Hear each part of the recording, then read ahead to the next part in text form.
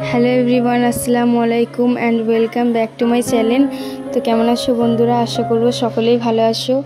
তো আবার একটা নতুন রেসিপি নিয়ে চলে আসলাম। গরুর মাংসের কোরমা তো কীভাবে বানাবো ওটাই তোমাদের সাথে শেয়ার করব। তো এখানে মিক্সচারে পেস্ট করার জন্য 4টে পেঁয়াজ কাটা, কাজু বাদাম আর কাঠবাদাম নিয়ে নিচ্ছি মিক্সচারে পেস্ট করে নেব বলে।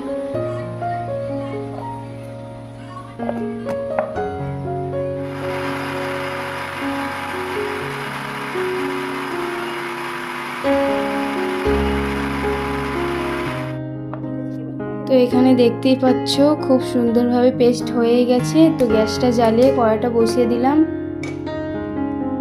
তো এবারে সাদা তেল দিয়ে দিচ্ছি।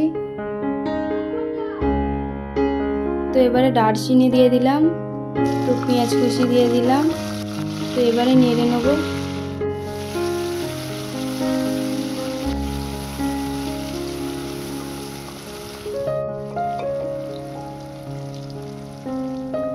তো এবারে পেস্টটা ঢেলে দেব।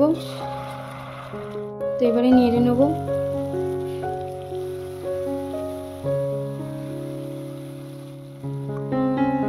তো এবারে আদা বাটা, রসুন বাটা তো দিয়ে দিয়েছি। এবারে নেড়ে নেব।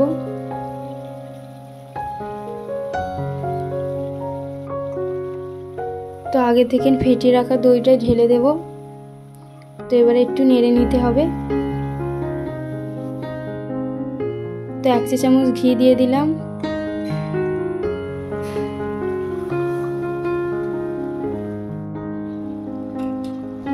তো 1 চা চামচ জিরে গুঁড়ো, 1 চা চামচ ধনিয়া গুঁড়ো আর 1 চা চামচ লঙ্কা গুঁড়ো।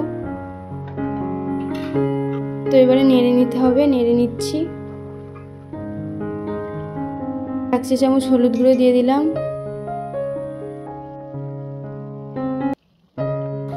তো এবারে 1 চা চামচ গরম মশলা দিয়ে দিতে হবে। তো এবারে ভালোভাবে কষিয়ে নিতে হবে।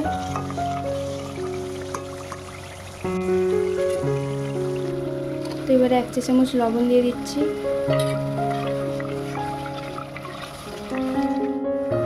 তো এবারে মাংসগুলো দিয়ে দিতে হবে।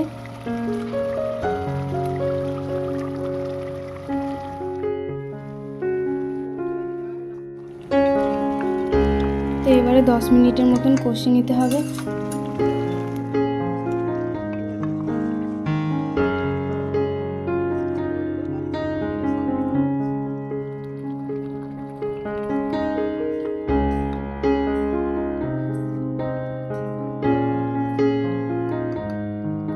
তো এবারে গোটা 4-5টা কাঁচা লঙ্কা দিয়ে দিচ্ছি।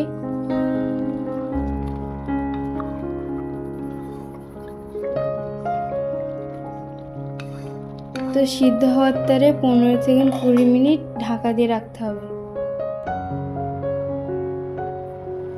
তো 15 মিনিট পর তো রান্না হয়েই এসেছে। একটু নেড়ে নিচ্ছি।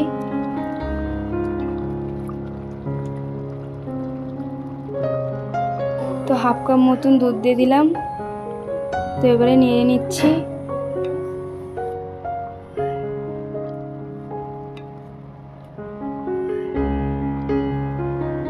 তো 5 মিনিটের জন্য মিডিয়াম আঁচে দমে দিয়ে দেব। আর হ্যাঁ বন্ধুরা, যারা আমার চ্যানেলটা নতুন ভিজিট করেছে তাদেরকে অসংখ্য ধন্যবাদ। আর তাদের কাছে আমার একটা রিকোয়েস্ট রইল, প্লিজ আমার চ্যানেলটা লাইক, কমেন্ট, সাবস্ক্রাইব করে দিও।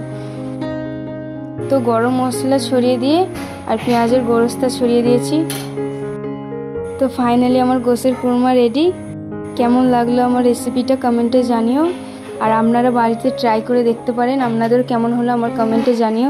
তো আজকের ব্লগ এই পর্যন্ত। আসসালামু আলাইকুম, আল্লাহ হাফেজ।